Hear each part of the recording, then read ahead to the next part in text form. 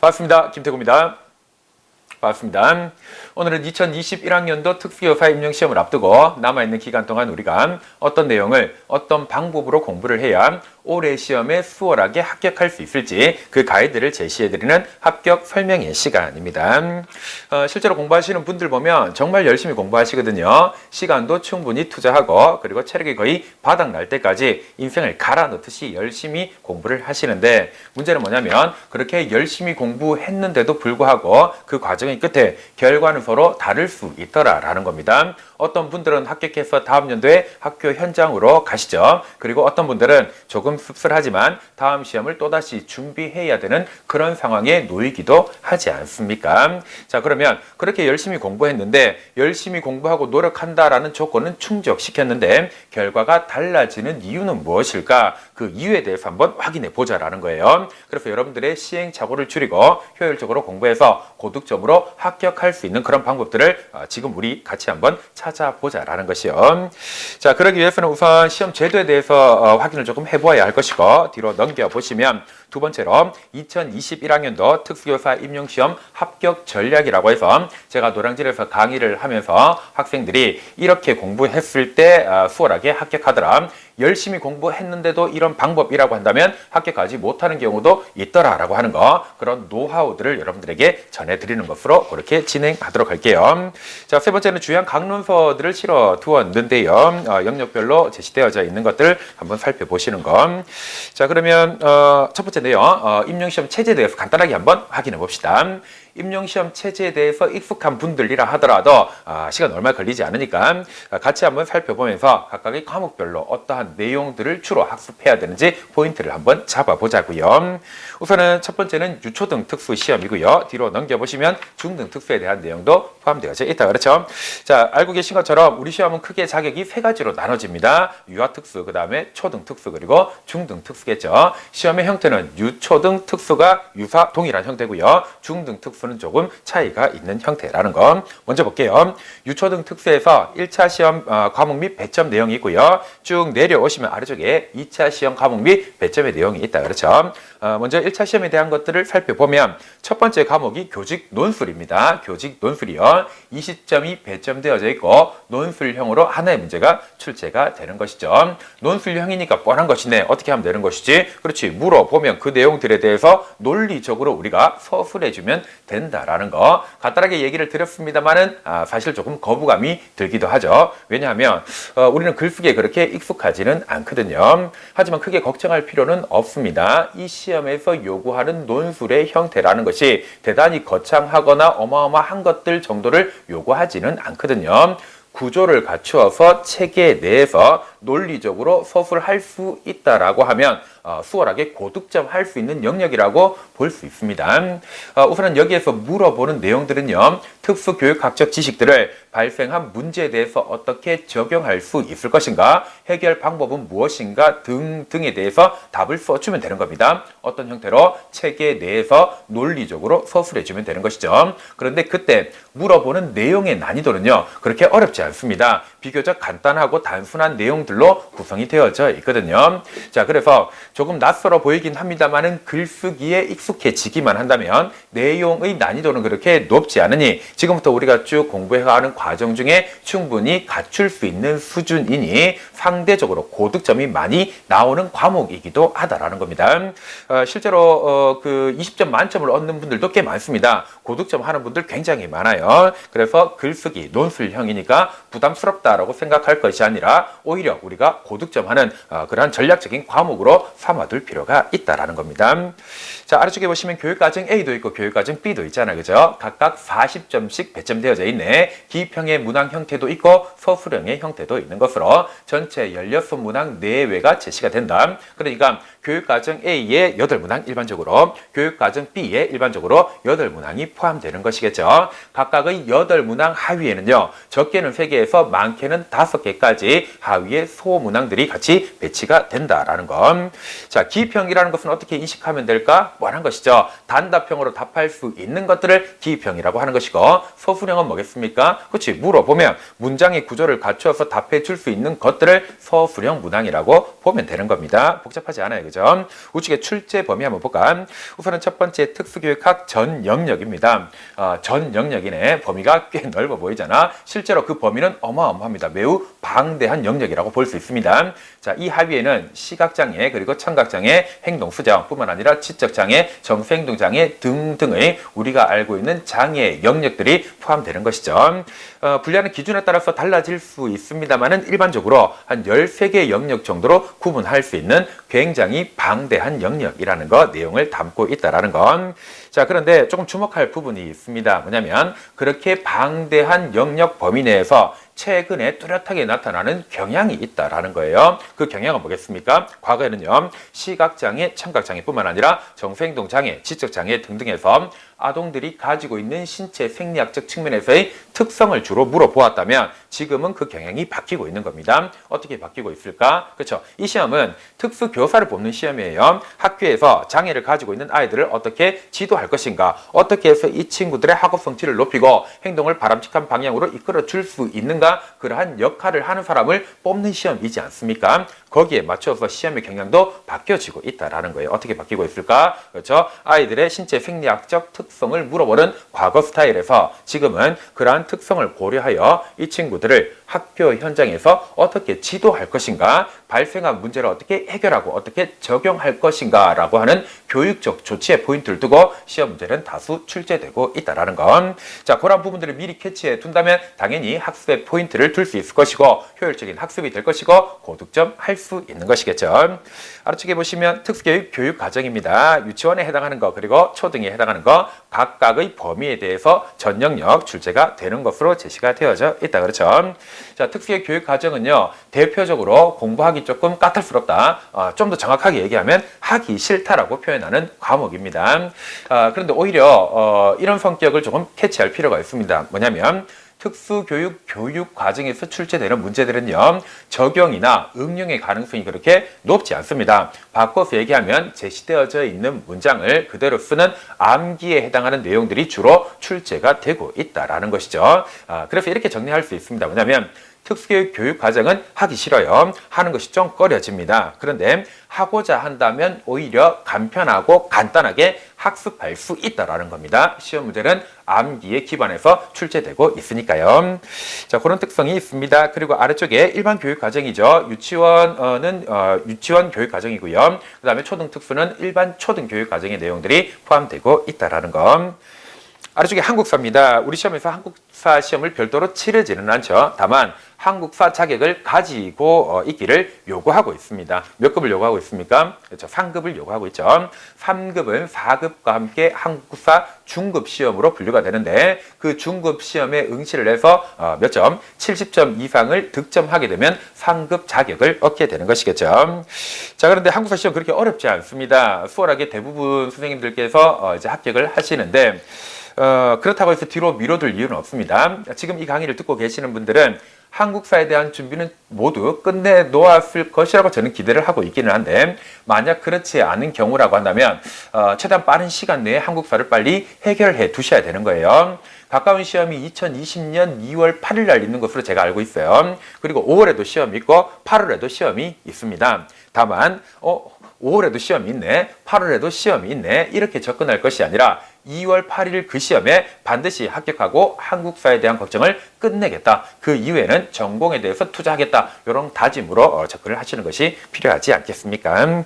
자, 왜냐하면 한 5월 달쯤 되면요, 한국사가 어렵지는 않은데 굉장한 스트레스로 다가올 수 있습니다. 5월 달쯤 되면 다른 선생님들은요, 기본 이론 끝내놓고 기출도 공부하고 심화 학장 내용도 공부하고 있는데 그 시기인데, 그러면서 그와 같은 내용들이 정리가 잘 된 분들은 실력이 드라마틱하게 향상되는 바로 그런 시기거든요. 그런데 그런 시기에 별것 아닌 것 같은 한국사 공부를 나 혼자 하고 있다면 그것 자체가 스트레스가 되는 것이고 그것 자체가 경쟁에서 한 발짝 뒤처지는 그런 문제를 유발할 수 있게 되죠.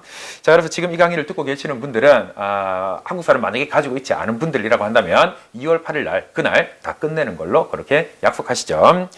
자, 아래쪽에 보시면 1차 교직 논술과 관련해서 약간 변경되는 부분이 있습니다. 우리가 치르게 되는 2021학년도 시험부터 바뀌어지는 내용인데요. 크게 부담 갖지 않아도 관계없습니다. 그 내용이 완전히 확정된 것은 아니지만 우리에게 유리한 쪽으로 바뀌어지는 것은 명백하거든요.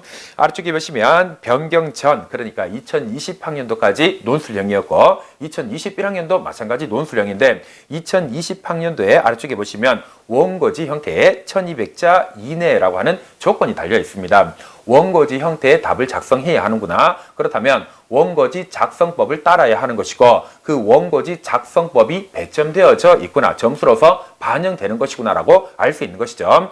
그리고 1200자 이내로 제한하고 있으니 분량에도 배점이 있고 경우에 따라서는 감점될 수도 있겠구나 라는 것이죠. 그런데 2021학년도부터는 그렇지 않습니다. 그 내용이 삭제되어져 버렸어요. 아래쪽에 두 번째 칸 안의 내용을 볼게요.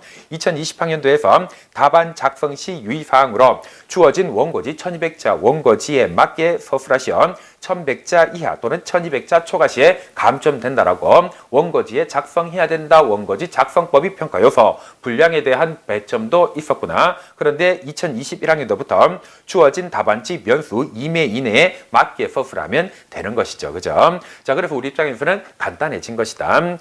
그래서 전체 배점에도 약간의 변화가 있습니다. 아래쪽에 배점을 보시면 지금까지는요, 논술의 내용, 그러니까 물어보는 질문에 적절한 답을 써내는 것 자체가 15점으로 이 15점은 우리가 치르는 시험에서도 그대로 유지가 되는 겁니다. 아래쪽에 논술의 체계가 지금까지도 5점, 앞으로도 5점인데 그 안에는 기본적으로 글의 논리적인 체계성이 여전히 3점씩 배점되어져 있는데 과거에 그러니까 2020학년도 시험까지는요. 논술의 체계 내에서 맞춤법 및 원고지 작성법 그리고 분량에 대한 배점들이 있었다라는 것이죠. 그런데 이 세 가지 중에서 어떤 것? 원고지 작성법은 더 이상 평가 요소가 아닌 겁니다. 그리고 분량에 대한 것도 더 이상 평가 요소가 아닌 것이죠. 다만 맞춤법은 유지가 될 것이고 방금 말씀드린 원고지 작성법과 분량에 대한 점수가 더 이상은 채점되지 않으니 그 점수 부분만큼 다른 요소가 추가되기는 할 것인데 어떤 것이 추가될 것인지는 아직 확정되지는 않았다라는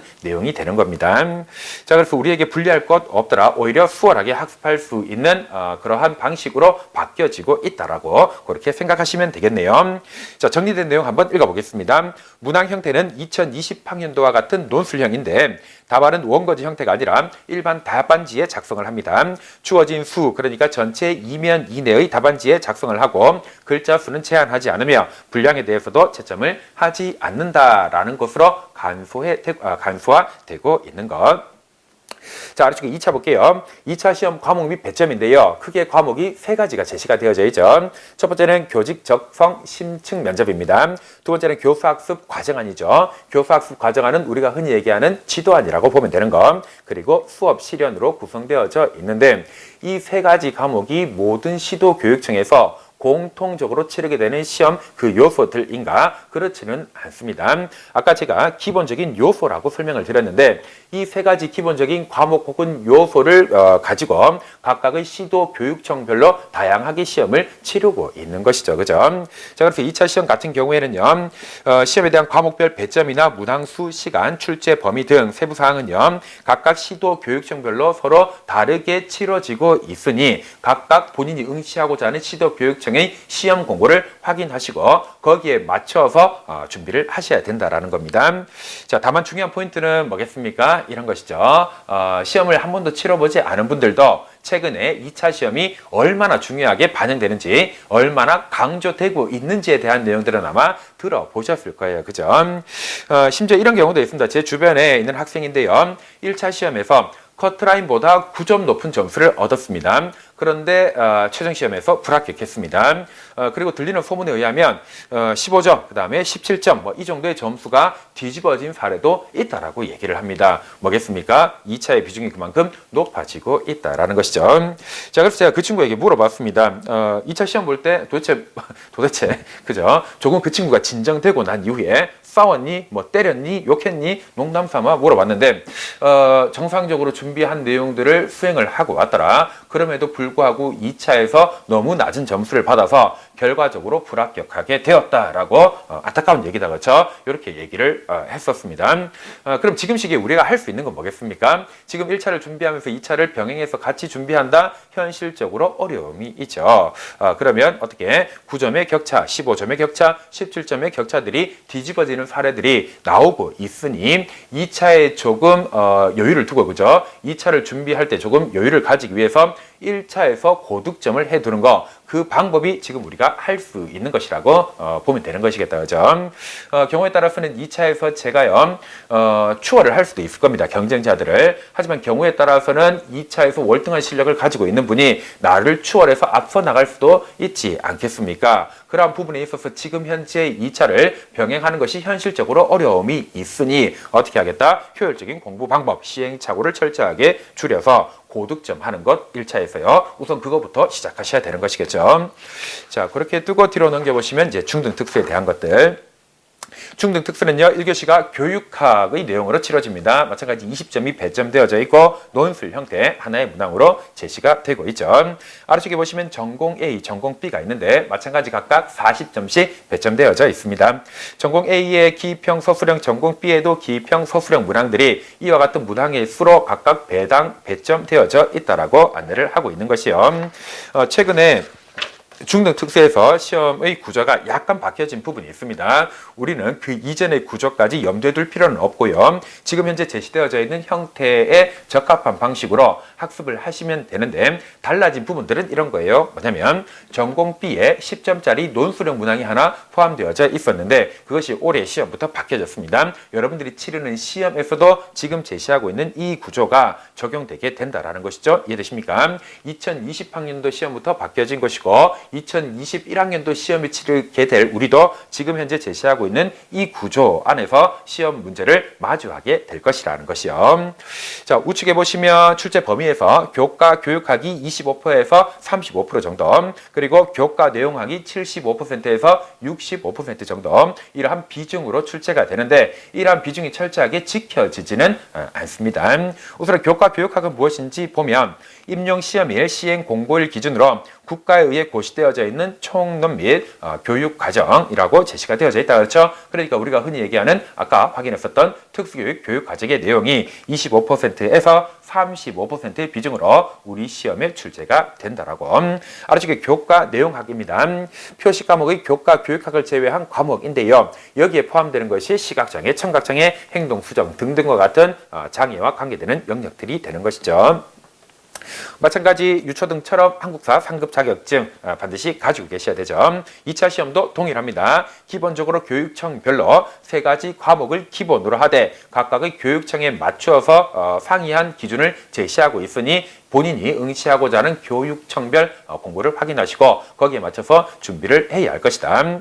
자, 2차의 비중이 높아지고 있으니 뭐 요것만 하나 챙겨두시죠. 여러분들의 시험 D-Day는 언제까지다? 1차 시험까지가 아니라 2차 시험까지다. 1차 시험까지 최선을 다해서 치러놓고 그 이후에 한 1, 2주 정도 좀 쉬면 안 되나? 안 된다라는 거예요. 2차 시험이 끝나는 그날까지 지금과 같은 어떤 그 스탠스를 유지하면서 쭉 밀어붙이셔야 한다라는 거.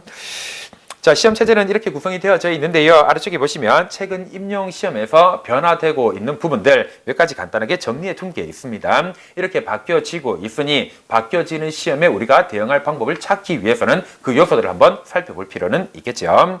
우선 첫 번째, 단순하고 지엽적인 문제는 감소하는 추세. 단순하고 지엽적인 문제가 출제는 됩니다. 출제가 되기는 하는데 그 문제에 정답을 맞췄다. 그리고 정답을 맞추지 못했다. 라고 이제 하는 결과들이 나올 수 있지 않겠습니까? 자, 그런데 이 문제들은요, 살펴보면 수험생분들이 거의 대부분 정답을 할 수 있는 수준에서 출제가 되는 거예요. 그래서 이런 내용들에 대해서 정답을 했다라고 하는 것만으로 합격을 장담하기에는 무리가 있다라는 거. 그러니까 합격과 불합격을 가르는 결정적인 요소가 되지는 않는다라는 겁니다. 수월하게 출제가 되고 있어요. 자, 그리고 아래쪽에 보시면 기본적인 내용에 대한 적용, 응용 능력을 강조한다라고 하는 부분 눈여겨봐두실 필요가 있습니다. 기본적인 내용이라고 한다면 어떤 것이 될까? 그렇죠. 간단하게는 과거에 기출되었던 문제들에서 다뤘던 요소들을 이야기하는 것이겠죠. 몇 번이나 반복 누적 출제되어져서 지금은 당연히 출제 범위 가능성 안에 들어가 있는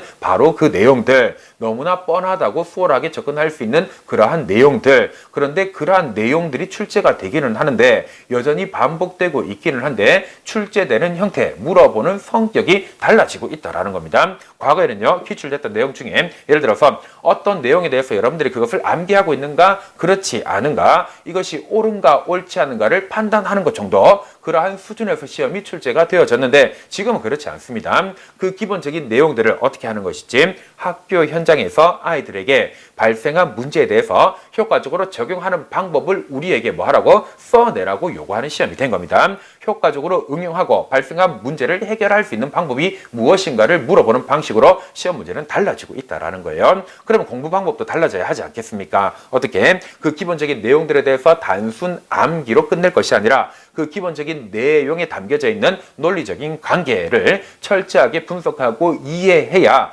물어보는 상황에 맞춰서 적용하고 응용하는 방식으로 답을 써낼 수 있는 것 아니겠습니까? 이해되세요? 자, 그래서 단순 암기의 방식은 이 시험에서 고득점 하는데 철저하게 피해야 되는 방식입니다. 암기가 필요하기는 하지만 암기는 어떻게 해야 된다? 이해에 기반하여 암기를 해야 된다. 그래야 그것이 내 지식이 될 것이고 그 지식을 다양한 방식으로 물어볼 때, 다양한 요소로 물어볼 때 제가 유연하게 알고 있는 것들을 가지고 답을 해줄 수 있게 된다라는 겁니다. 오케이. 아래쪽에 보시면 특수교육학, 그러니까 장애 특성, 그리고 교육 과정을 결합한 형태의 출제를 추구한다라고 적혀있다. 그렇죠? 출제를 들어가신 교수님, 모든 교수님들의 공통된 의견입니다. 시험 문제는 이런 구조 안에서 언급되어져야 한다, 출제되어져야 한다라고 공통적으로 그렇게 이야기를 하세요. 근데 그것은 너무나 당연한 겁니다. 뭐 때문에? 이 시험은 학교에서 아이들에게 교과 내용을 지도하는 특수교사를 뽑는 시험이잖아요. 그죠? 그런데 그 교과 내용을 지도할 때 장애를 가지고 있는 우리 아이들의 특성에 맞추어서 효과적으로 지도해줘야 하지 않겠습니까? 그러면 이러한 역할을 하는 특수교사를 뽑는 시험에서 이 두 가지에 대한 지식을 충분히 가지고 있는 사람이 풀 수 있는 문제가 출제되는 것은 너무나 당연한 결과이지 않겠습니까? 이해되세요? 자, 그런데 그런 과정에서 난이도가 높아질 수 있다라는 겁니다.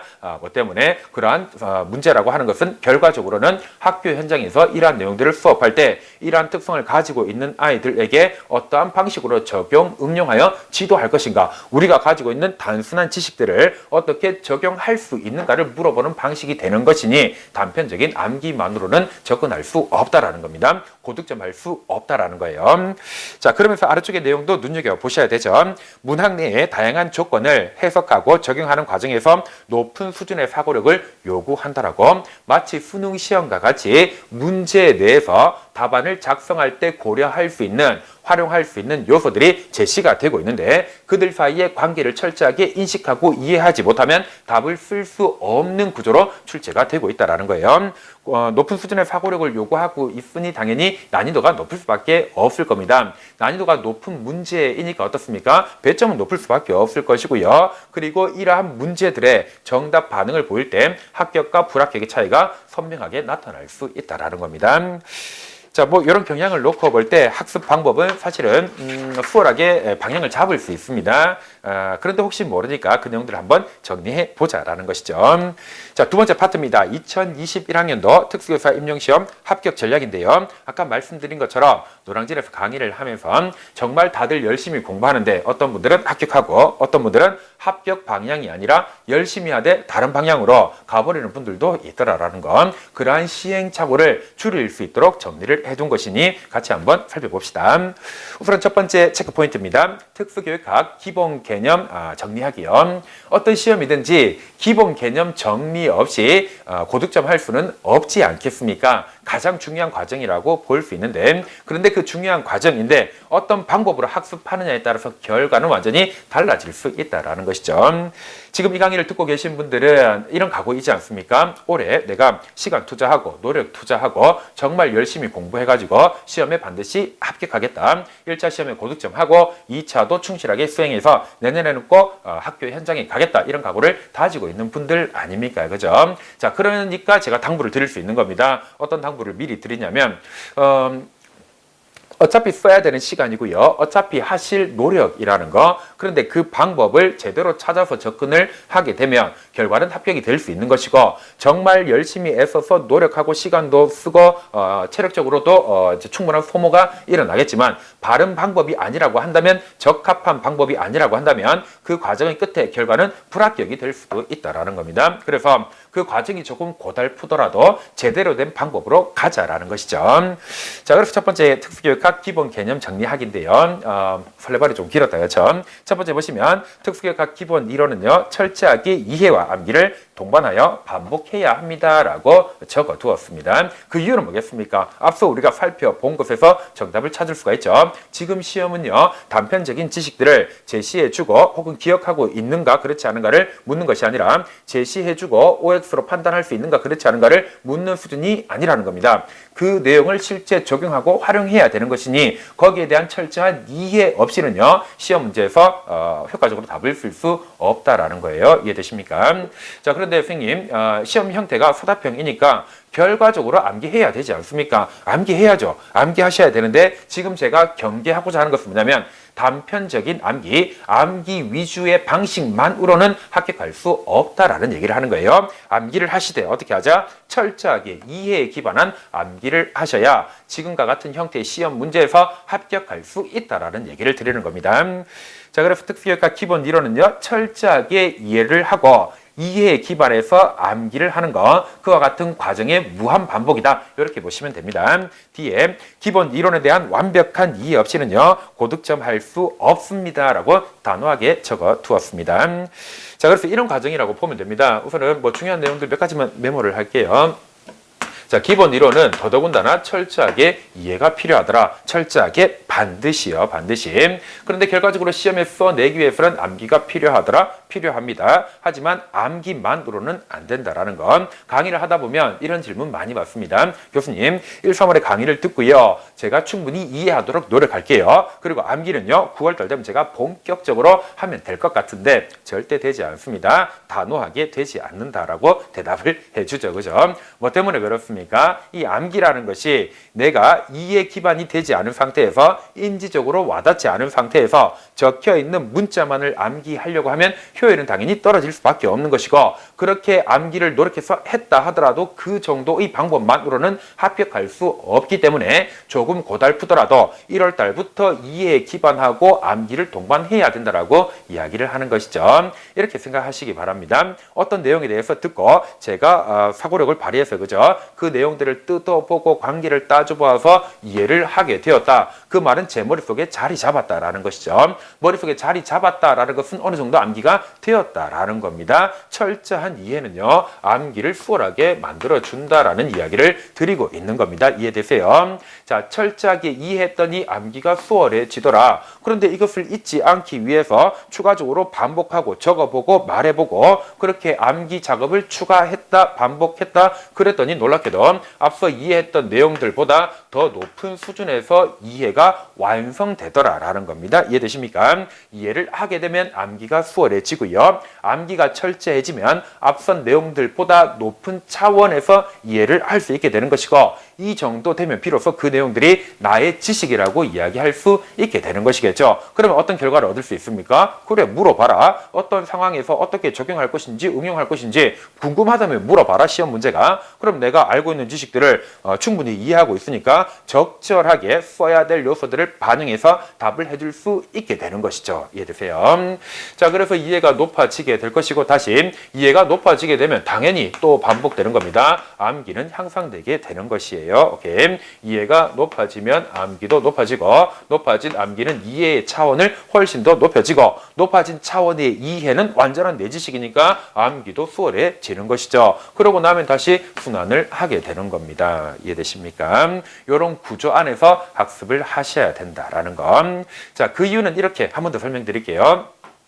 과거 시험에서는요, 여러분들에게 A는 B이다 라고 하는 이 문장을 기억하고 있는가 그렇지 않은가를 물어보는 형태였다고 할 수 있습니다. 또는 A는 B이다 라고 하는 문장을 제시해주고 이것이 옳으냐 옳지 않으냐 정도를 물어보는 형태 정도였다고 얘기를 할 수 있는 겁니다. 하지만 지금은 그렇지 않습니다. 지금은요, 시험 문제에서 A는 B이다 라고 우리에게 적어서 보여줍니다. 그리고 나서 물어보는 포인트를 달리하는 것이죠. 어떻게 물어보겠습니까? A는 B이야. 시험 문제에서 적어주고 그런데 왜 A는 B가 되는지 그 이유를 물어보는 겁니다. 그리고 A는 B이다. 그런데 이것을 어떻게 아이들에게 적용할 것인가? 어떻게 적용할 것인가를 물어보게 된다라는 것이죠. 시험 문제 포인트는요. 과거의 이 문장을 기억하여 쓰는 형태, OX 판단하는 형태에서 이 문장을 제시해주고 이와 같은 형식으로 물어보게 됩니다. 그러면 여기에 답하기 위해서는 단순 암기로는 안 되겠죠. 단순 암기로 안 된다. 반드시 철저하게 이해에 기반한 암기의 방식으로 준비를 하셔야 된다라는 겁니다.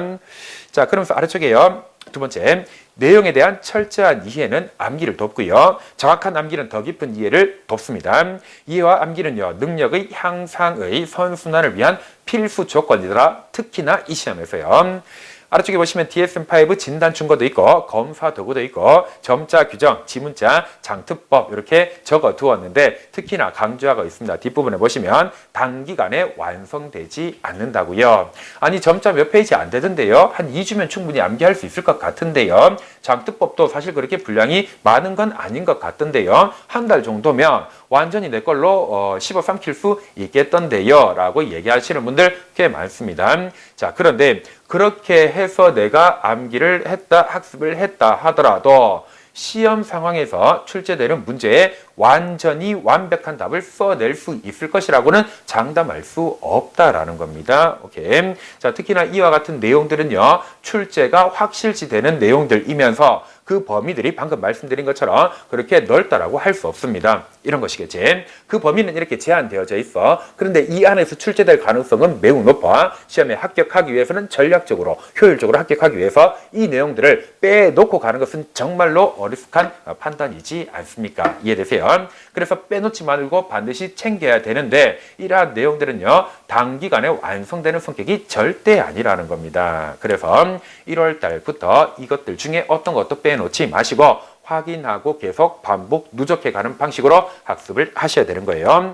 자, 그런데 그 과정 중에 특히나 점자 규정 같은 경우요. 점자 같은 경우, 그다음에 장특법 같은 경우는 단순 암기라고 생각하시는 분들이 있는데 절대 그렇지 않습니다. 이 방법, 아니 이 영역들 역시 앞서 말씀드린 철저하게 이해에 기반하는 방식으로 접근을 하셔야 된다라고요. 왜 그럴까? 점자는 뭡니까? 의사소통을 위한 하나의 문자 체계지요. 의사소통이 원활하게 이루어지기 위해서는 문자 체계 내에 철저한 규칙이 적용될 겁니다. 그런데 그 규칙에는요, 예외도 있고요. 이 예외가 적용될 수 없는 예외의 예외도 포함되어져 있습니다. 그런데 그 과정에 규칙이 철저하지 않으면 의사소통에 문제가 생길 것 아닙니까? 다시 얘기하면 점자 규정은요, 우리가 기억해야 될 것들을 단순히 쭉 생각나는 대로 나열해 둔 것이 아니라 그 안에 각각의 내용들 사이에 철저하게 논리적인 관계성을 가지고 있는 규칙이라는 것이죠. 그러면 그와 연관지어서 단순 암기로 풀 수 있는 문제가 있겠지만 결정적으로 합격과 불합격을 가르는 문제들은요, 그 관계를 충분히 이해하고 우리가 설명을 풀어낼 수 있는 방식을 요구하는 것인데 그것을 단순 암기로 접근하겠다? 그렇지, 적절하지 않다라는 것이죠. 어차피 공부하실 거잖아. 점자에 시간과 노력을 투자하실 거잖아. 조금 힘들더라도 조금 고달프더라도 철저하게 할 거라면 제대로 하고 가셔야 합격할 수 있다라는 겁니다. 법도 마찬가지입니다. 법에 대해서도 사람들이 꽤 많이 하는 오해가 뭐냐면 그거요 처음부터 끝까지요 외우면 되지 않습니까? 물론 외워야 되죠. 외우는 건 당연히 필수적으로 갖춰야 되는 조건입니다. 그런데 어떻게 외우자고? 이해에 기반해서 외우자고 그 얘기를 하고 있는 것이죠. 왜 그렇습니까? 법은 규칙이니까 지켜야 되는 것들이니까 그 적혀 있는 거 보고 암기하면 될 것 같은데 그런데 이렇습니다. 실제 현실에서 어떤 문제가 발생했다. 이 문제와 연관지어서 법적 조항을 적용하는 상황이 올 수 있지 않겠습니까? 그런데 하나의 사건인데 이 조항을 적용하게 되면 아무런 문제가 없는 사건이 되는 것이고 이 조항을 적용하게 되면 매우 큰 문제가 발생하는 사건이 된다라고 하는 경우가 존재할까 존재하지 않을까? 존재하지 않겠죠. 그것이 존재하지 않도록 법을 만들어 둔 겁니다. 다시 얘기하면요. 법은요. 어떤 학문보다 훨씬 더 체계적이고 논리적이라는 것이죠. 그 안에서 시험 문제가 출제됩니다. 아까 말씀드린 것처럼 단편적이고 지엽적인 거 출제가 되지만 이거는 누구나 맞추는 문제예요. 합격하기 위해서는 그 논리적인 관계에서 복잡하게 구성되어져 있는 문제들을 우리가 답해낼 수 있어야 하지 않겠습니까? 이해되십니까? 따라서 이러한 내용들도요. 어떻게 철저히 이해에 기반해서 학습하셔야 될 것이고 그러한 성격을 가지고 있는 것이니까 단기간에 완성될 수 없다라는 것이고 그러니까 9월달로 밀어놓을게요 라고 같은 말을 하지 마시고요. 지금부터 기본 이론 과정에서 함께 학습하고 1년 내내 내 것으로 숙성시키는 작업을 해야 합격할 수 있다는 겁니다. 자, 그렇게 챙겨두시고 아래쪽에 볼게요. 두 번째 체크 포인트입니다. 특수교육학 심화 확장하기요. 심화 확장하기 내용 한번 읽어볼까? 강론서 공부는요. 합격을 위한 필수 조건은 아닙니다. 라고 적어두었습니다. 강론서 공부는 필수적인 조건은 아니라고 조금 단호하게 얘기를 또 했는데요. 그 이유는 뭘까? 이렇게 보면 되겠죠.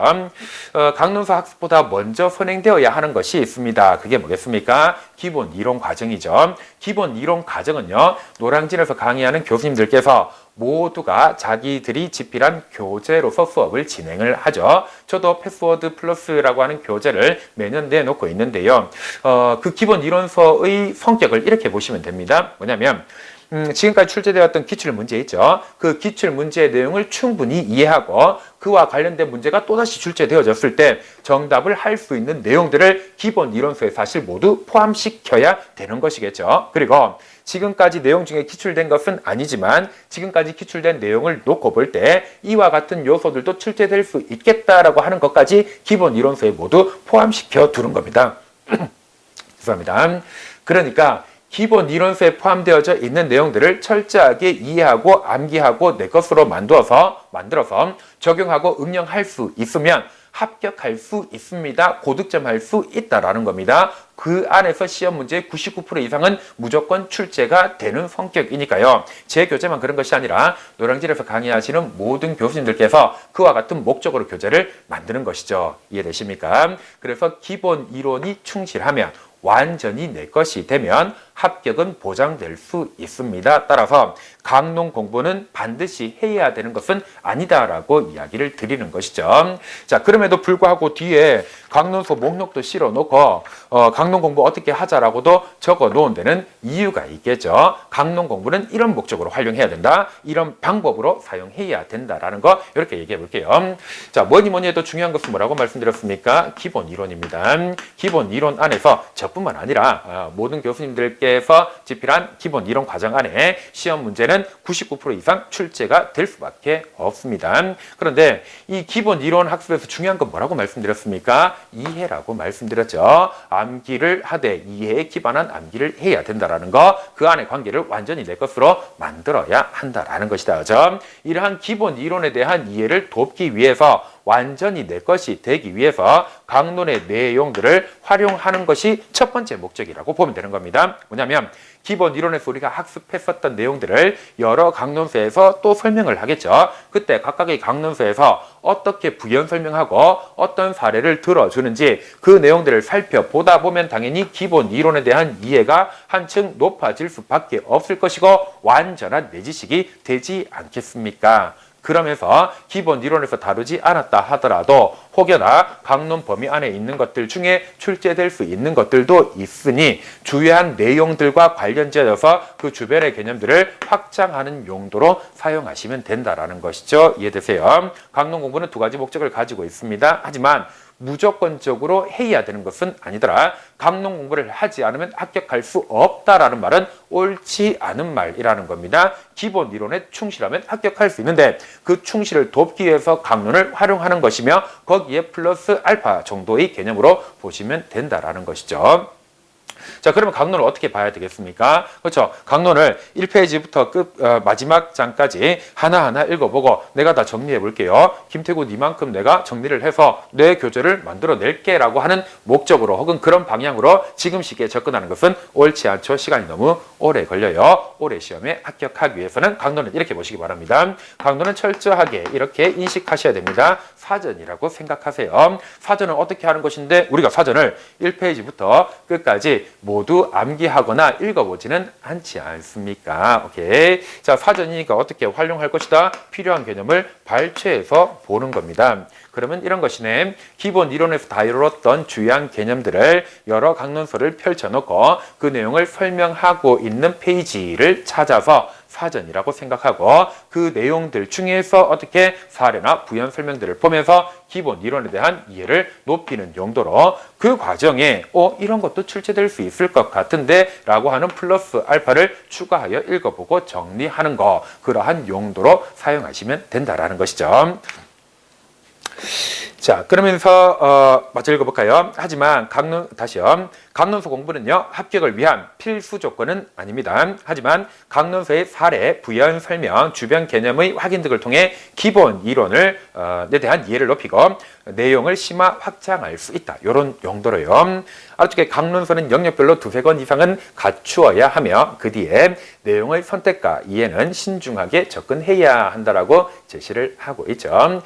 이 시험에 대한 눈이 충분히 갖춰져 있지 않은 상태에서 무작정 강론을 펼쳐놓고 이것도 정리해야지 이것도 정리해야지 라고 하는 식으로 접근을 한다면 합격 가능성은 낮아질 수밖에 없습니다. 전체 강론 내용 대부분은 250페이지 이상이 되죠. 350페이지, 500페이지 넘어가는 강론서들도 있는데 그 안에서 절대로 출제될 수 없는 요소들도 포함되어져 있다라는 거예요. 그 내용 안에 경중을 구분할 수 있는 눈을 충분히 갖춘 이후에 이러한 용도로 활용하는 것이 효과적인 학습 방법이다 라고 볼 수 있습니다.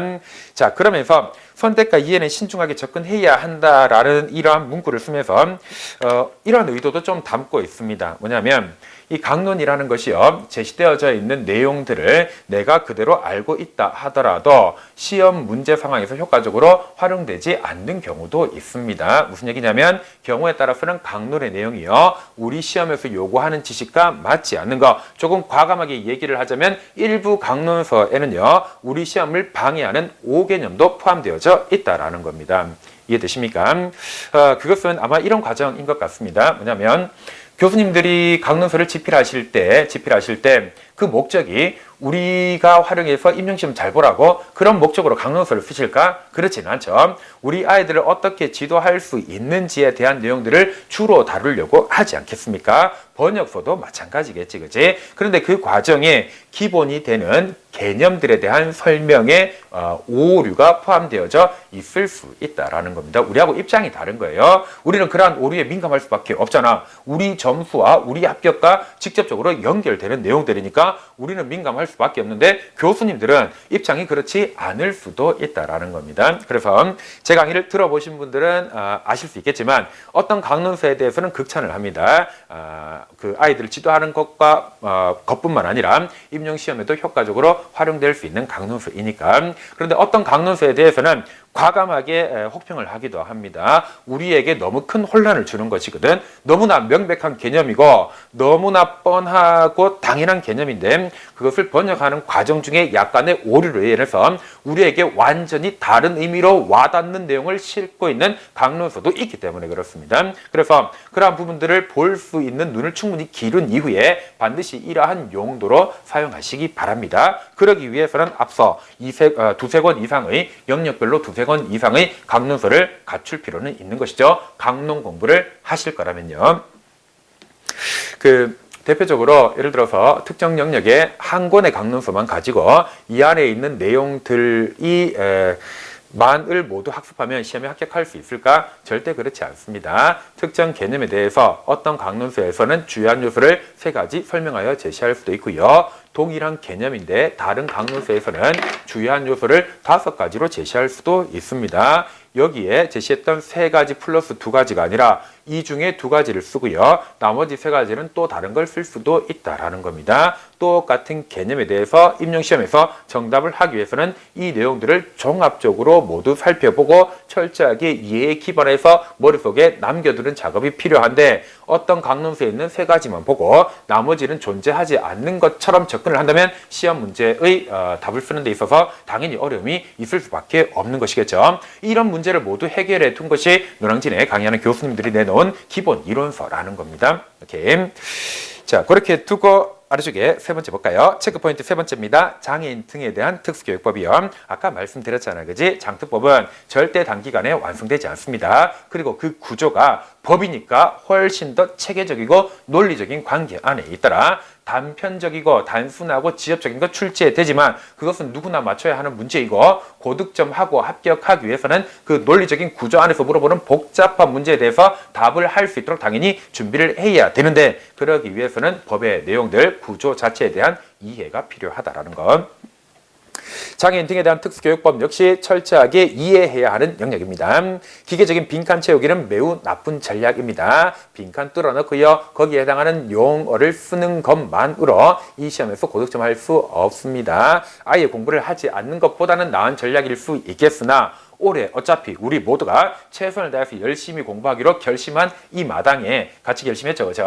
결심한 이 마당에 이왕 하실 거라면 이왕 쓰는 시간과 노력을 효과적이고 바람직한 방법으로 조금 힘들더라도 적용해야 되지 않겠습니까? 그래서 빈칸 채우기를 초기에 장특법에서 익숙해지는 용도 정도로 가볍게 활용하는 것은 제가 말리지 않겠습니다만은 그 기계적인 빈칸 채우기를 마지막까지 유일한 전략으로 가져가는 것은 절대 적절하지 않다라는 거. 그 시간에 보다 효율적이고 바람직한 방법으로 학습을 하셔야 된다고요.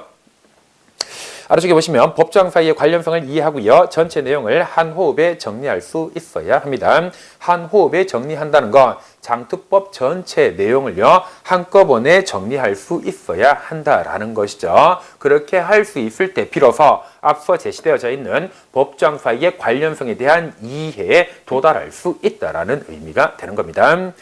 자, 그 아래쪽에 특수교육 교육과정이요. 특수교육 교육과정은요. 아까 잠깐 말씀드렸는데 응용이나 적용의 가능성이 그렇게 높지 않습니다. 그런데 어쩐지 꺼려지는 영역이지요. 하지만 공부하고자 한다면 오히려 간편하고 수월하게 접근할 수 있습니다. 시험의 형태가 워낙 명백하고 뚜렷한 것이니까 암기에 기반한 것이다 라는 것이죠.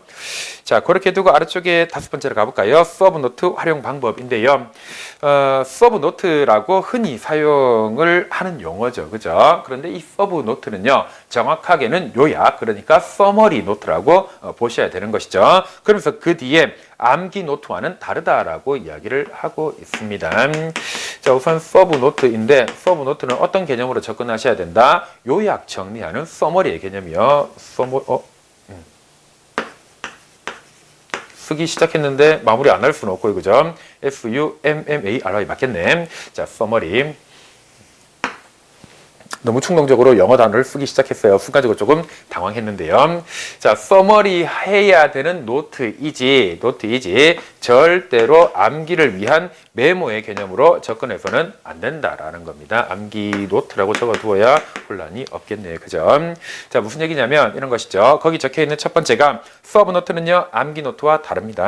서브노트는 제작 과정 자체가 학습이다라고 적어두었죠. 쉽게 생각하면 이렇게 접근할 수 있겠네요. 제가 내놓는 패스워드 교재 있지 않습니까?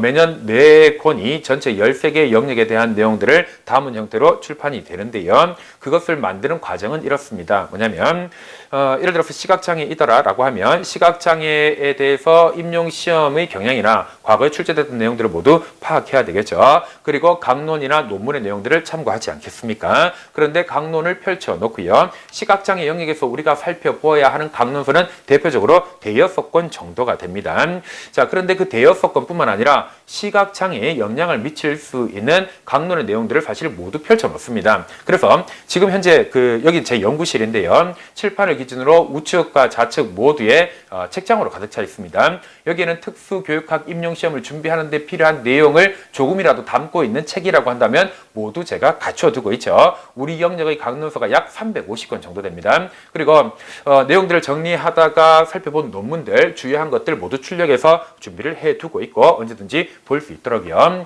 그러면 패스워드라는 교재는요.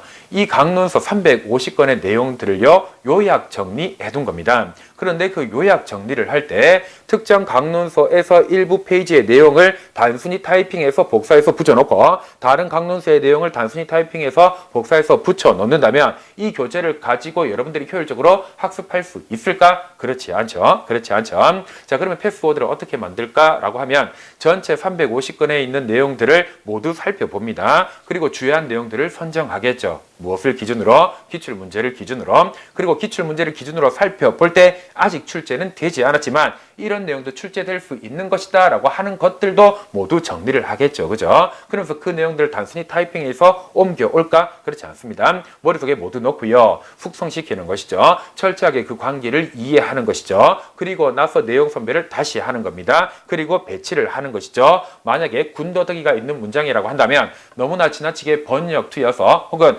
번역하는 과정 중에 용어 사용에 오류가 있어서 의미가 왜곡된다라고 하는 것들 모두 바로 잡고요. 그러한 내용들을 머릿속에 모두 집어넣고 철저하게 이해되어지고 그 논리적인 관계로서 토해내놓고 정리해둔 것이 패스워드가 되는 것이죠. 그러면서 정리를 할 때도 단순히 타이핑해 두는 것이 아니라 여러분들이 사고 과정을 거치면서 효율적으로 이해하고 암기가 될 수 있도록 내용들을 정리하고 윤문할 수밖에 없는 과정입니다. 그런 과정을 거치는 거죠. 그래서 경우에 따라서는요. 교재 작업을 할 때 한 두세 페이지 내용들을 작업을 하는데 한 2, 3일 걸리기도 합니다. 단순히 옮겨 놓는 것이 아니라 머릿속에 놓고 완벽히 이해하고 내용 검증을 거친 이후에 여러분들이 수월하게 이해할 수 있도록 정리하여 제시하는 교재의 성격이니까요. 그럼 그 과정이 바로 서브 노트를 제작하는 과정이라고 보면 되는 겁니다. 단순히 요약 정리한 것이 아니라 완전히 이해한 결과물들을 정리해 둔 것이다. 이렇게 보면 되는 것이겠죠. 자, 그러면 그 서브노트 만드는 과정, 제가 패스워드를 만드는 것과 같은 과정을 여러분들도 거쳐야 하는가? 그렇지 않죠. 여러분들이 그 과정을 거치지 않도록 패스워드의 그 내용들을 효과적으로 정리를 해두고 학습 방법을 안내하고 있으니 이렇게 적용하시기 바랍니다. 자, 뭐냐면 기본적으로 1, 3월에 여러분들 기본 이론에 대한 숙지를 할 것 아닙니까? 그죠? 기본 이론에 대해서 숙지를 하고 그 다음에 심화 강론의 내용도 학습하게 될 것이고 그 다음에 어떤 것도 기출의 내용들도 살펴볼 것 아닙니까? 그러면 이러한 내용들이 머릿속에 모두 들어가 있는 상태에 반드시 이해에 기반해서 암기를 해두고 그 체계들을 고려한다면 전체 들어가 있는 내용들 사이에서 주요한 내용과 그리고 이것을 이해하기 위한 논리적인 관계들이 자리 잡게 되겠죠. 그 자리 잡은 결과물들을 정리해서 내놓는 것이 여러분들의 서브노트가 된다라는 겁니다. 오케이. 단순히 타이핑해서 옮겨 놓아서는 절대 효과를 볼 수 없습니다. 시간이 걸리고 힘이 들겠지만 머릿속에 집어넣고 완벽히 이해한 이후에 여러분들의 구조로서 정리해내는 것이 서브노트라고 할 수 있는 겁니다. 그러니까 이러한 서브노트는요. 단순 암기 노트와는 차이가 있습니다. 암기 노트는 어떻게 설명할 수 있습니까? 오케이. 첫 번째 어떤 테마에 대해서 제가 서브화해서 내용을 정리했습니다. 그런데 이 세 번째 요소에 대해서 제시되어져 있는 구성들이 예를 들어서 하나, 둘, 셋, 네 가지가 있다 치자고요. 그런데 이 네 가지는 암기를 해야 되는 것이야. 그런데 두 가지는 암기가 잘 되는데 아래쪽에 있는 두 가지는 죽어도 암기가 안 되는 거야. 그러면 이때 암기를 하기 위해서 어떻게 포스트잇에 적어두고 붙여두고 길 가다가 보는 것이다. 그죠? 나의 동선에 독서실 책상에 붙여놓고 화장실 입구에 붙여놓고 냉장고 앞에 붙여놓고 그죠? 이러한 것들이 암기 노트의 개념이 되는 겁니다. 이해되십니까? 그런데 서브 노트는요. 이렇게 접근해서는 절대 안 되더라. 서브 노트의 효과를 얻기 위해서는 반드시 여러분들의 인지적 고려 끝에 나온 결과물이어야 한다라는 것이죠. 오케이. 자, 그러니까 이것을 만드는 과정 자체가 학습인 것이고 그 과정이 힘들더라도 반드시 거쳐야 고득점으로 합격할 수 있다라는 거예요. 그러면 그 과정 끝에 다시 한번 예를 들어서 1, 3월에 서브노트를 만들었습니다. 한 5월 달쯤 보니까 이 좀 어이가 없는 거야. 왜냐하면 이건 그렇게 중요한 거 아닌데, 그리고 사실 얘는 이렇게 적혀 있는 것보다 다른 구조일 때 훨씬 더 효과적으로 이해될 수 있는데 내가 이렇게 적었구나. 적지 않아야 되는 것도 너무 많이 적었고 적어야 되는 것들은 또 빼놓은 것도 많네. 자신의 서브노트에 대한 불만이 생기는 겁니다. 그 불만은 어떻게 하면 되지? 그렇죠? 그 불만은 긍정적인 불만입니다. 여러분들의 실력이 향상되어졌기 때문에 이 시험을 보는 눈, 이 시험에 대한 내용을 이해하는 눈이 높아졌기 때문에 기존에 만들었던 서브노트의 부족한 부분들이 보이게 되는 것이죠. 그러면 그 부분을 고려하여 서브노트는 다시 개정하셔야 됩니다. 개정하게 되면 이 과정을 또 고치는 겁니다. 아니 했는데 또 합니까? 했는데 또 해야지. 우리가 했는데 또 하는 이유는 뭡니까? 합격하기 위해서 완전한 내 지식이 되어야 하는 것이니 방법을 찾아서 무한 반복 밀어붙여야 되는 그러한 시기에 우리는 있지 않습니까? 그죠? 했는데 또 합니까? 라고 하는 질문이 가장 멍청한 질문. 했는데도 불구하고 또 하는 것이 올해 우리가 해야 될 일이라는 거. 그래야 합격할 수 있다라는 것이죠. 자, 그래서 이런 부분들을 조금 염두에 두고요. 처음에 만들 때 어려움이 있겠지만 반드시 힘들더라도 이 과정 끝에 결과물을 만들어 내셔야 한다라는 거. 그리고 서브노트는 뭐라고? 결과를 얻기 위한 것이 주요한 목적이 아니라 그 과정에 이루어지는 학습이 중요한 목적이라는 걸 언제나 염두에 두시고 더디다고 고민 말고요. 꾸준히 밀어붙이시는 것 필요합니다. 자, 그래서 아래쪽에 한 번에 완성되는 서브노트는 없습니다. 그래서 꾸준히 적어도 연간 3, 4회 이상은 개정해야 그 개정의 포인트가 보인다는 것은 긍정적인 신호로 인식하시기 바랍니다. 아래쪽에 시험장에는요. 그래서 한두 페이지 내외의 최종 암기 노트만 들고 가는 것을 목표로 하셔야 한다라는 거. 자, 아래쪽에 체크 포인트 6번째 스터디 활용 방법입니다. 스터디 활용 방법에서 첫 번째 개인 공부와 스터디의 비중은 적절히 분배해야 한다. 시험의 형태가 바뀌어지면서 스터디에 대한 비중이 늘어난 것은 확실합니다. 그런데 오직 스터디만으로 합격할 수 있는가? 그렇지는 않습니다. 아무리 효과적인 스터디라 하더라도 그 스터디를 기반으로 한 개인 공부가 빠져 있으면 합격할 수 없다라는 것이죠. 아래쪽에요. 구두 설명 이외에 다른 방식의 스터디는요. 가성비가 떨어집니다. 효과가 아예 없는 것이 아니라 더 효율적인 방법이 있다라는 것이죠. 구두 설명이요. 흔히들 구두 인출이라고 얘기를 하는데 혹시나 오해가 생길까봐 구두 설명이라는 용어를 썼습니다. 무슨 얘기냐면 이런 것이죠. 어떤 내용에 대해서 스터디하기로 했다. 그런데 구두로 인출하는 방식으로 진행을 하도록 하자. 그 전날 준비하겠지. 그 다음날 스터디하겠지. 내가 인출할 테니 한번 봐봐봐. 눈 감고 더듬더듬 하면서 이거 뭐였더라? A는 B였는데 내가 기억한 것을 억지로 끌어내서 인출해 내었다. 그러면 잘했다라고 박수 받을 수 있을까? 안 한 것보다는 다행이지만 그죠? 그보다 효과적인 방법으로 가셔야 한다. 말 그대로 기억하고 있는 것, 단순 암기한 것을 인출해 내는 것에 의의를 두는 것으로 끝내지 마시고요. 그 지식들을 내 앞에 있는 상대방에게, 스터디 메이트에게 충분히 설명할 수 있도록 준비를 하자라는 겁니다. 설명을 충분히 하기 위해서는 그 전날 철저하게 내용을 학습하셔야 될 것이고, 그리고 설명을 하기 위해서는 이것에 대한 이해가 반드시 동반되어야 하는 겁니다. 왜냐하면 앞에 있는 사람에게 설명을 했어요. 그런데 그 사람이 잘 알아듣지 못하는 거야. 나는 충분히 전달했는데 이해를 못하네. 그런데 그 내용에 대해서 내가 단순 암기되어져 있다면 이때 방법을 찾을 수가 없어요. 그런데 충분히 이해되어져 있다면 상대방을 이해시키기 위해서 예를 들어줄 수도 있고 부연하여 설명할 수도 있고 그 구조를 바꾸어서 다시 전해줄 수도 있지 않겠습니까? 이 정도가 되어진다면 그 내용에 대한 이해는 되었다라고 판단할 수 있을 것이고, 이 방식으로 이 정도로 준비가 되어져 있어야 시험 문제에 우리가 원활하게 답을 써낼 수 있다라는 겁니다. 우리 시험은요, A는 B이다를 기억하는 것을 요구하지 않습니다. 합격하기 위해서는 이런 것들이 필요하기 때문인 것이죠. 자, 그래서 앞에 있는 상대방이 이 내용에 대해서 모르는 사람이고 나는 그 사람에게 이 내용을 설명해야 된다. 설명을 하기 위해서는 논리적인 관계로 설명해야 이해를 잘할 수 있겠죠. 상대방이 그 과정 자체를 위해서 철저하게 준비해야 될 것이고 스터디 이후에 복습도 당연히 필요한 것 아니겠습니까? 자, 다른 방식의 스터디 다양한 것들이 있긴 합니다만은요. 가장 이런 기준에 따라서 한 가지를 굳이 선택하자면 이 방법이 되는 것이죠. 작년에 같이 공부했던 친구는요. 기본 이론이 끝날 무렵에 커다란 스케치북에 내용들을 정리를 해가면 제가 수업에 판사하듯이 주요한 내용들을 정리해 가면서 혼자 영상으로 촬영한 것을 저에게 보내주기도 했습니다. 그리고 앞에 자기 어머니를 앉혀두고 어머니 얼마나 또 개인적으로 답답했겠습니까? 그죠? 모르는 내용인데 자꾸 설명을 하네. 근데 자식이 공부한다니까 안 들을 수는 없었지 않겠습니까? 어머니를 앞에 두고 설명하는 내용들을 녹화해서 보내준 친구도 있습니다. 스케치북에 패스워드 내용 4권에 해당하는 내용들을 전체 정리하고 저에게 보내준 영상이 전체 8시간 조금 넘어가는 분량으로 그렇게 공부를 할 수 있으면 그러한 방식을 지속할 수 있으면 합격은 당연한 것이 된다라는 것이죠.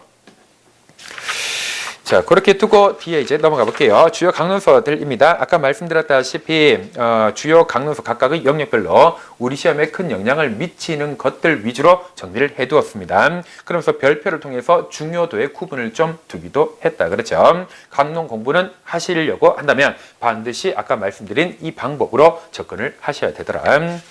자, 그래서 이런 것들 위주로 한번 살펴보시고요. 뒤에 보시면 네 번째로 2021학년도 제가 진행하고자 하는 강의 연간 계획입니다. 간단하게 안내해드리면 우선 그 전에 이 내용부터 전해드려야 되겠다. 그렇죠? 저는 올해부터는 방문각 임용고시학원에서 강의를 진행하지 않습니다. olimpesu.co.kr 제가 별도로 운영하는 사이트에서 강의를 진행하게 되었습니다. 그렇다 보니까 올해 강의는 기본적으로 인강으로 진행되는 것을 전제로 하고요. 하반기 직강은 상황이 만들어지면 여건이 만들어지면 진행할 수도 있으나 우선 기본적으로는 인강 형태로 진행을 하고자 계획을 하고 있습니다. 별도 사이트에서 강의를 제공하다 보니 그 안에서 할 수 있는 다양한 것들이 좀 있습니다. 강의만 제공하는 것이 아니라 학습을 이어갈 수 있도록 꾸준히 도움을 받을 수 있도록 하는 다양한 컨텐츠들을 이제 정리를 해두고 있는데 그런 부분들도 한번 살펴보시기 바랍니다. 자, 1, 3월에는요 기본 이론 완성반 기본 10주로 진행이 되고요. 교재는 2021학년도 대비 지금 한창 개정 작업을 하고 있고 2권까지 다음 주에 아마 2권까지 출판이 될 겁니다. 1권은 이미 출판이 되어졌고요. 패스워드 플러스 1권에서 4권까지를 교재로 합니다. 아래쪽에 심화 이론 확장반이 있는데요. 교재는 2021학년도 대비 더 패스워드 플러스 알파, 그러니까 아까 말씀드린 것과 같이 패스워드 기본 이론서의 내용들을 심화 확장하고 이해를 높일 수 있는 강론의 내용들을 정리한 교재가 되는데 이 교재로 심화 이론 확장방을 약 6주 예정으로 진행할 계획을 가지고 있습니다. 6월 달에는 특수계 교육과정 특강이 있고요. 이해하는 교육과정이라고 하는 전년도 2019년도에 출간된 교재를 활용합니다. 7, 8월에는요. 서답형 기출 분석 및 영역별 확장 문제풀이 10주로 예정되어져 있고요. 서답형 기출 분석인데요. 선택형은 이 강의에 포함시키지는 않았습니다. 왜 그러냐면 선택형 문항들은요. 비교적 그 시험을 치른 기간이 오래 지나버렸고요. 그래서 그 내용들이 지금 시기에 맞지 않은 것들도 많으며 내용들이 지금 우리의 시점에서 바라보면 너무 지나치게 단순한 것들 위주로 구성되어져 있다라는 겁니다. 그래서 서답형에 대한 내용들을 모두 정리하고 나면 사실 선택형의 내용들은요 하루 이틀 정도면 정리가 될 수 있는 정도이기 때문에 이 강의에 추가로 넣지는 않았습니다. 따로 분리를 하게 된 것이고요. 교재는 2021학년도에 따로 개정이 됩니다. 사고체계 기출문제 분석집이요. 그리고 문제풀이는요. 영역별로 추가한 문제들 프린트 물론 그리고 10월에서 11월 달에 모의고사가 예정되어져 있습니다. 자, 이런 과정으로 진행되게 되는데 각각의 강의별로 수강료를 따로 이제 넣지는 않았습니다. 별도로 제가 진행을 하다 보니까 수강료를 많이 낮출 수 있게 되었는데 전년도에 비해서 약 30% 정도는 이제 금액을 낮춘 것 같아요. 그래서 따로 연간 패키지도 구성하지 않았습니다. 그 과정에서 충분히 여러 가지 그 혜택을 이제 제공해 드릴 수 있다라고 판단을 해서요. 자, 그런 부분들 한번 살펴보시고 사이트 내에 다양한 학습거리들이 있으니 오셔서 구경도 한번 해 보시기 바랍니다. 저는 12월 27일로 예정되어져 있죠. 점차 특강에서 다시 인사를 드리게 될 것이고 12월 31일이네요. 2021학년도 대비 기본 이론반 개강하는 날이다. 그죠? 자, 그때 다시 여러분들과 만나서 학습을 이어가도록 하겠습니다. 오늘 합격 설명회는 여기까지 하고 마무리하겠습니다. 고생하셨습니다.